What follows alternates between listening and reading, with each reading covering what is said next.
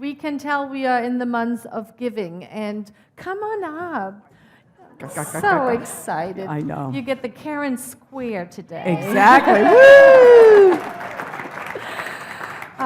So Reverend Karen Russo is going to give the Sunday message today, and we know you as a beloved community member, a partner of this community, a world-renowned speaker, a light in the world. We're so glad you're here. Oh, thank you, Karen. Thank Reverend- you. Yes. You unlimited. So today is the culmination of a wonderful month of messages all about contribution. And contribution is giving, right? It's like, what do we give from? What do we give to? And who do we give as?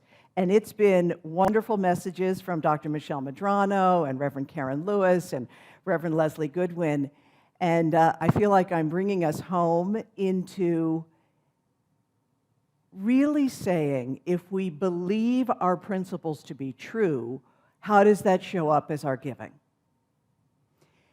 And so we're beginning with a quote from Dr. Ernest Holmes, the founder of Science of Mind, and I'll read this.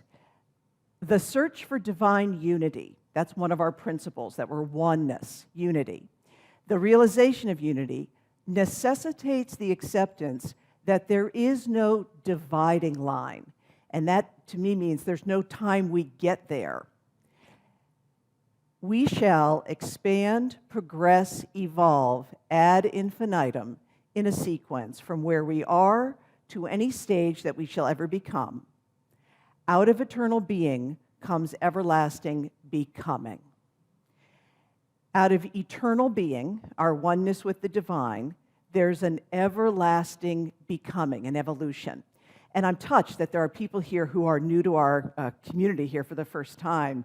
So, here's the 30-second summary of the Science of Mind. Okay. There's two main principles. And Ernest Holmes, over 100 years ago, founded the Science of Mind teaching. You'll notice we'll use the word teaching because our teaching is a correlation of religious ideas, scientific ideas, and also philosophic ideas. So how does life become the way that it is? And the two big ideas, principles, or truths that you can test in your own life, oneness, unity. There's something greater, and we are one with it. And that something greater is eternal, infinite, loving giving. That idea of our oneness with life is found across the world's religious traditions. So think about it. The Christians would say, the kingdom of heaven is within. The Upanishads would say, thou art that. So it's the idea of oneness. That's one of our principles. The other principle is that we are co-creating our experience of life, which means thought, consciousness, patterns of thinking becomes experience. And that would be, it is done to you as you believe. That would be the idea that as we are to life, life is to us. So when we think about giving, it's important for us to realize that we give from this sense of our oneness, and we as human beings are always kind of creating our experience of what that giving looks like. So today, we've got three ideas we're going to take a look at. The first is, as we give, how do we transcend the record? So I'm going to talk a little bit about our record here in the human dimension. And then circulation. That circulation, which is the flow, how that's vitality and how powerful that is. And then I really want to ask the question, what's possible now? And this is a question for us individually, what's possible for us now in terms of being givers and receivers, and also what's possible for the New Vision Center, what's possible for our world. All right, so transcend the record. So I was a very serious kid. My favorite game to play was school. And I was very interested, had challenges at home, and one of the ways I coped was when I went to school, I was very interested in being a good girl with good behavior. And I was told, I remember it like very distinctly from my mom telling me that you want to avoid bad behavior because it would go on your permanent record. Did you all know about the permanent record? Who knows about the permanent record? Okay. All right, so that was literally how it was said. There's a permanent record. Fascinating, because it was decades ago, but before now, which probably with technology, there's probably a permanent record out there. Yeah, but back then, I was very attuned to like, oh, don't do a bad thing, because I didn't want to get caught, have it go on the record, and then whatever happened after the record was, I knew it would not be good. Now, it's really interesting because, of course, by the time I got into my teens and my 20s, I was able to, let's put it this way, amass things on the permanent record that seemed to just like condemn me for life. And my experience of my first spiritual experience was coming into the 12-step programs, was getting sober and discovering that I was more than my record. So I've really been very attuned to how does spiritual living help us to not overcome or deny the past, but how does it help us transcend? And one of the things I'm enjoying so much right now is a television show that helps us all with our sense of a record. So how many of you know about The Good Place? Do you watch The Good Place? Okay, so just a few folks. So I will not, this is not a spoiler here, but I'll give you the headlines. So The Good Place is a show about a ragtag, interesting, diverse group of people who have ended up not being on Earth anymore.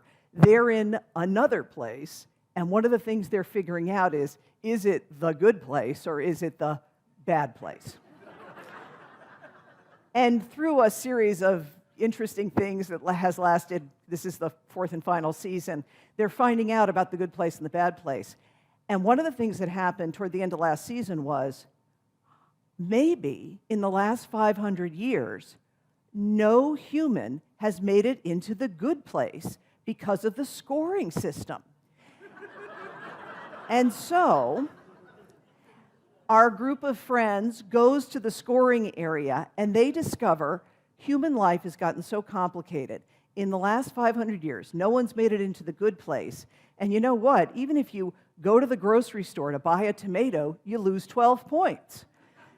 I mean, it's you drive to the grocery store, it's the carbon footprint. There might be pesticides on the tomato. You might be supporting unfair labor practices. 12 points down for, buying a tomato. So the group goes to the judge, and the judge is played by the amazing Maya Rudolph. And she's like listening to them talk about the scoring of the good place and the bad place. And finally she says, okay, I'm going to visit Earth and check this out. So she leaves to visit Earth. And she's back in a moment in a disheveled mess.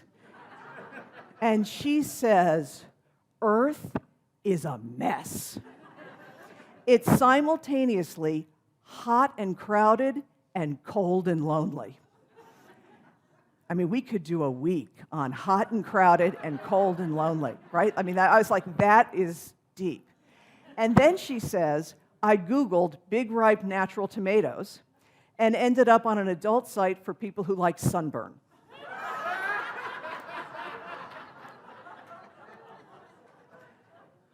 And so season 4 begins.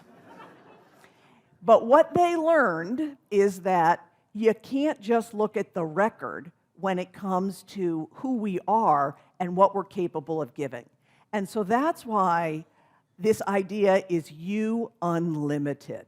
And we have the image of there you are with all of the different potentialities and experiences of you. So I use this kind of image, the idea that you are unlimited, often when I teach and coach people who are business owners who want to grow their heart-centered, passionate business and make money doing it. And we talk about the distinction between spiritual source and material channels. So this is a really powerful concept to understand as you imagine yourself to be a greater giver. We are all supplied by an infinite spiritual source. You can almost imagine capital S, capital S. The spiritual source, loving, creative, eternal, Mother, Father, Creator, God. And that infinite spiritual source is where our supply and our existence comes from. Because it is eternal, there is an aspect of us that never dies. Yes, we have bodies that are born and grow and pass away, but there's something in us that is greater than that. This is the idea: you are more than your experiences. Material channels, little m, little c, material channels are the things of this world through which the infinite flows. So material channels are things like generous, good-looking lovers and a great real estate portfolio and the right stocks and lots of likes and a big following, and maybe you've got a bestseller, a secure job, governments, programs, things of this world. I'm not being disrespectful, but I want you to be challenged. The things of this world, even if they're fabulous, are going to have a beginning, a middle, and an end. Where we suffer is where we think our spiritual security comes from a material channel. And you can feel it. If I put my spiritual security in a material channel, the health of the body, the presence of the beloved, what the market's going to do, this government, that government. If I think that's where my spiritual security comes from, something in me will know that that is not truth, and I will always feel afraid about missing it. What if it goes? What if it's gone? And one of the reasons that people will not give is that they will feel, I might lose. And the only thing we can lose are things of this world, things that are material.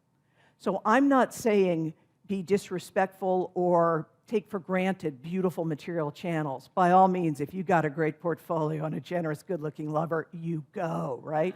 We love it. However,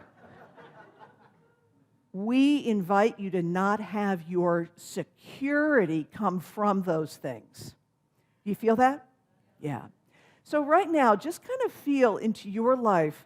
This would be a little bit of the practice, is just where have I been either over-focusing or over-afraid or over-depending on a material channel, and see if you can breathe into, let me be grateful for the spiritual source behind that material channel, and let me lighten my attachment. And this is where the Eastern teachings that are part of the science of mind, like the Buddhists would say, attachment is suffering.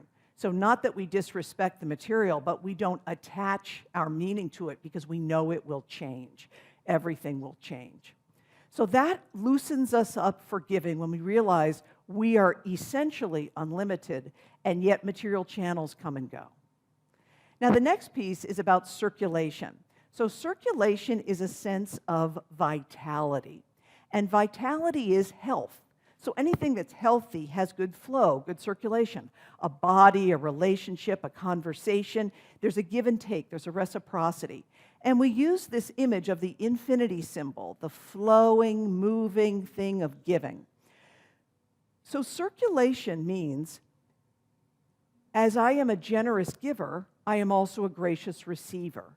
And one of the practices of circulation is a practice called tithing. And tithing, the word T-I-T-H-E, tithe, means a tenth. And I'm going to talk about tithing as a giving practice with an analogy about meditation. So many of you, who here meditates, has some kind of reflection or meditation practice? It's wonderful. And what we all know about meditation is that when we do it, we get the fruits of meditation. I invite you to think the same way about tithing. That tithing is not a thing you do for Reverend Karen and Reverend Leslie, or something you do because New Vision Center needs you, but that tithing is a spiritual practice that when you engage in it, you get the gifts of tithing.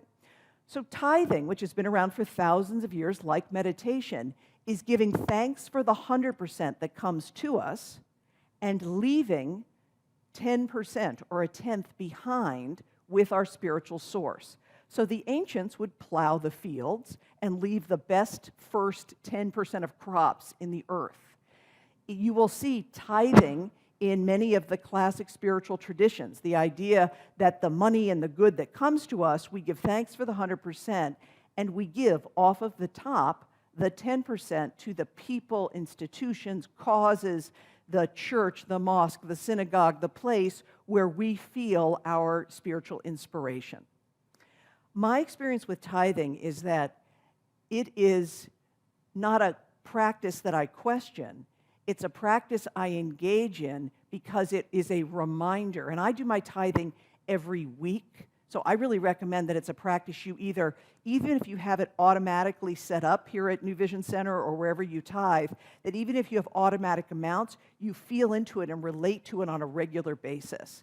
But you give thanks for what comes, a portion is left behind, and you do it consistently and generously for the purpose of proving that you are sourced from the divine. If you have been a person who's been up and down with tithing, or you've done it for a while and then pulled back, or you do 1%, or you think it's some kind of gig or something, or you're not like if you've had a thing with it, my encouragement is start where you are and do what you can, similar to meditation. So if you know how it is, if you've been off on your meditation practice, you don't have to make up the minutes, right? So start where you are. And it is very powerful for some people to take a portion. For example, if you have a family where there's income from one person has a professional job, another person maybe has investments, there may be different channels through which the income flows. Choose one of them that you're going to start your tithing with. And it may be you bless the 100% and you give 2% off the top. But just start where you are, get the benefits. And one of the things I think is just beautiful about what's happening here at the New Vision Center is the outreach to folks like the Salvation Army group and others. That is part of New Vision Center saying, we are grateful for what comes our way, and we circulate, we give. So the benefit of giving is that you become even more clear that the truth about the divine, generous, giving, unbounded, becomes something you practice on a regular basis. Yeah. And the final thing to tune into here is in our giving, when we are truly aligned with giving as God gives, it's what's possible. We just open up to what's possible now. And this is where I think the beauty of being a generous giver and a gracious receiver puts us into the present moment where all the possibility is. And what's possible as you continue, like the book of this month was The Power of Giving, I think the book of next month is The Power of Receiving, is that they are very much intertwined. So I invite you to look in your life, where can you activate an even more joyous, as Dr. Michelle said, even more artful, as Reverend Karen said this month, and even more alive sense of giving and receiving. So for example, is there something you want to give up?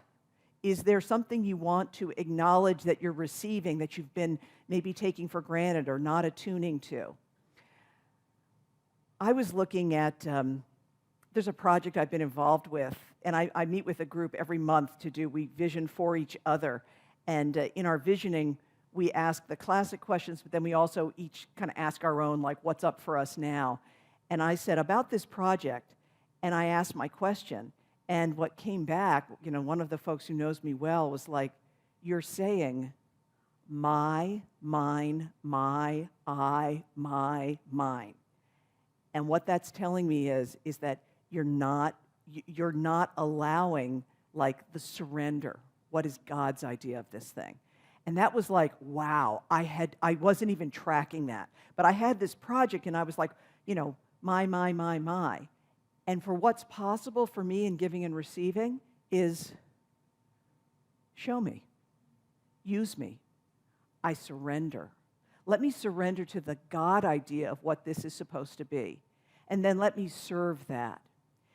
And that's the invitation for the New Vision Center. as we take giving, receiving, and contribution to the whatever is next, something beautiful is happening here. Like, who knew that what seemed like the answer is, this property, maybe it wasn't going to serve us. There's going to be here comes a buyer. Oh, we're going to sell. That's the way it's going. And maybe that's not. It turns out that seller, it's not that seller's time to buy this property. Something new wants to emerge. What's possible? The invitation for all of us is to give our complete surrender to the divine and then also step up to be as generous, as powerful, as present as is ours to be. And I was also touched, Reverend Leslie's message last week was basically, as I listened to it, I was traveling, listened to it, it was really, hey, you do you. That was what I got out of, because she really was saying, when you be the boldest, strongest, truest, most authentic that you are here to be, that's your contribution. That's what makes a difference. So that is our call right now. When it comes to being the best that we can be and being the most amazing givers, we want to transcend the record of our past, because nothing of your past is a limit to the infinite that you are. We want to be in the flow of circulation, because that's the nature of God, vitality and flow and energy, giving and receiving. And we want to tune in, unencumbered, what is possible now. When you do that, you and I, all of us, we are unlimited. All right. So, thanks. Thank you. Wonderful, wonderful. So let us pray. We will anchor this in prayer, how good it is to feel the yes of our unlimited nature.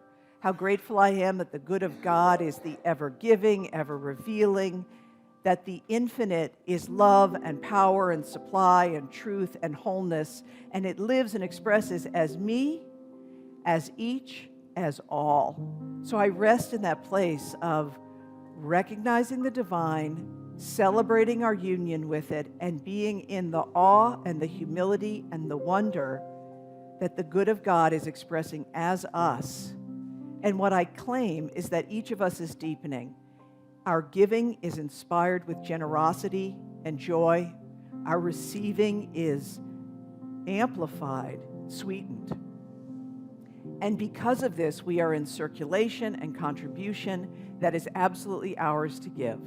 I bless the prosperity, abundance of the New Vision Center, accepting the flow of financial good, of benefit, of contribution, of people and service and difference. I bless all faith traditions, knowing that as we enjoy gifts, we are sharing them with all because we are one.